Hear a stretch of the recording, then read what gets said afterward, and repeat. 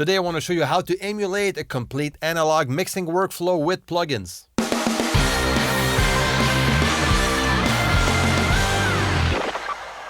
Chris here from Mixdown Online. I hope you're doing good now. If you're into music production, mixing, recording, mastering from your home studio, click on the subscribe button below and the notification bell so you don't miss a thing.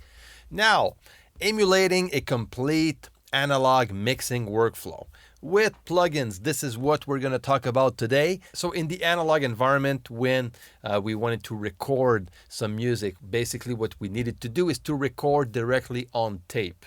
Then the signal went through a mixing console where we did the mix, and then it went back on tape for mastering. So if I want to do this in my DAW like we do on an analog environment, what I first need to do is to insert a tape emulation plugin on every single track that is in my session. What I used on this one is the VTM from Slate Digital, which is a tape emulation plugin. Now you can use Magneto if you have Cubase. Magneto is a tape emulation plugin as well. That is included as a stock plugin in Cubase. Okay, so I'm going to compare both to you to give you an idea. So since this is the first plugin and we're trying to emulate the way the signal was recorded, we have to put this on the first insert slot on all the tracks in the session. Or you can actually record with that plugin directly into your DAW. Like if you're using Cubase, what you can do, and this is only if you know your plugin pretty well. So if you know your way around your virtual tape emulation plugin, you can actually use this directly as an insert directly into your input channels. Okay, so I have several input channels right here, and each of them have access to inserts here. Okay, so you can typically just insert a virtual tape emulation plugin and record with this plugin. Okay, so you won't need to use it as an insert, and you're going to save a bit of CPU here. Okay, so that's one option. Another option, you can apply the effect directly on your audio. So make sure you have a copy of the original in case that doesn't work, and you can just select all the tracks here. For example, you can select all the tracks of your session and go into audio, plugins, and then select your virtual tape machine. Okay, like there you go. I have one right here. So you can select Magneto. For example, you set up your settings and then you click on process and it's going to apply on all the tracks, but you won't need to add these plugins as inserts on all of your channels. So that's one way of doing so.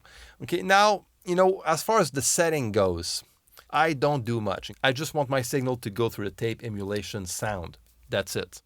Okay, so I'm not going to saturate my sound. I'm not going to use that as a special effect. I'm just using that plugin for the sound, and that's it. I just want to have that tone and have that vibe. Okay, so this is my first plugin. For now, we're going to use them as inserts. Okay, I'm going to select all of my tracks here. Okay, and then my quick link is activated, and there you go. All of my virtual tape machines are activated. So if we listen to what we have with the virtual tape machine,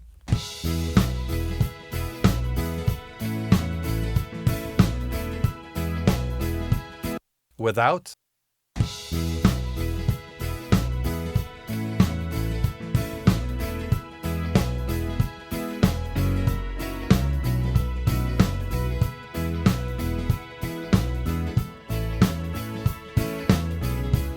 so I would suggest you to listen in a very good pair of speakers or good headphones. So you probably heard what that does to the sound, which is pretty cool. I love it. Now I'm just going to briefly compare that to Magneto, okay, on the drums only. Okay, so I'm just going to solo the drums. Bring this one out, activate Magneto.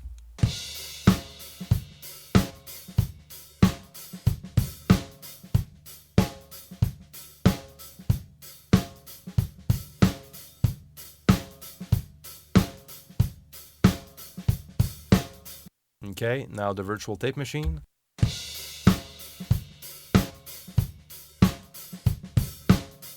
Magneto.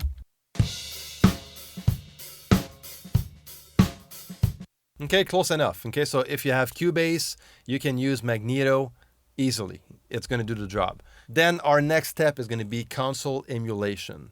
Again, you can use any console emulation plugin you want. Now you have like a lot of plugins from Waves.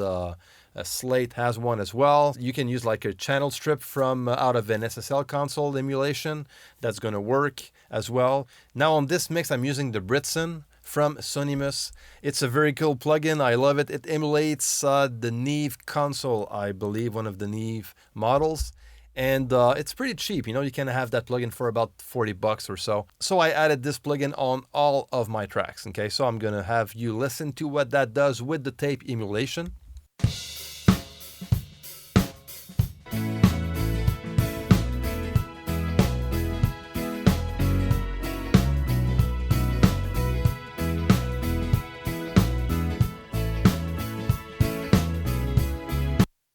Adds a bit. I like it. Okay, love the vibe. Now, if we remove what we did up to now.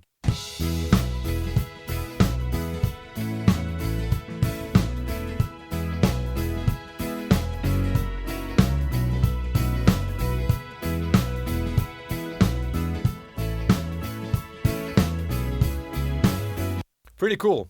So next, what I'm going to do is to add the same plugin directly on each main buses. On my main drum mix bus, bass, guitar mix bus, keyboard mix bus, and so on. Okay, so these are my main mix buses. So I added the same console emulation plugin on each of these buses.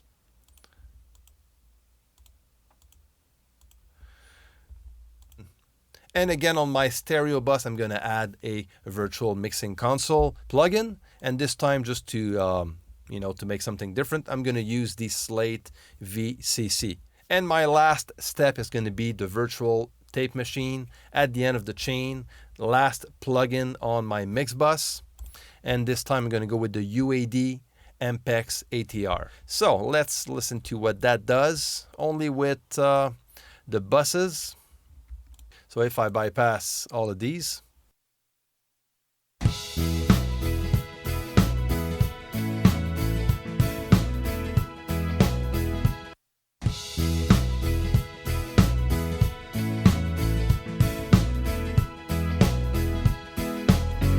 now let's compare with and without all of these plugins.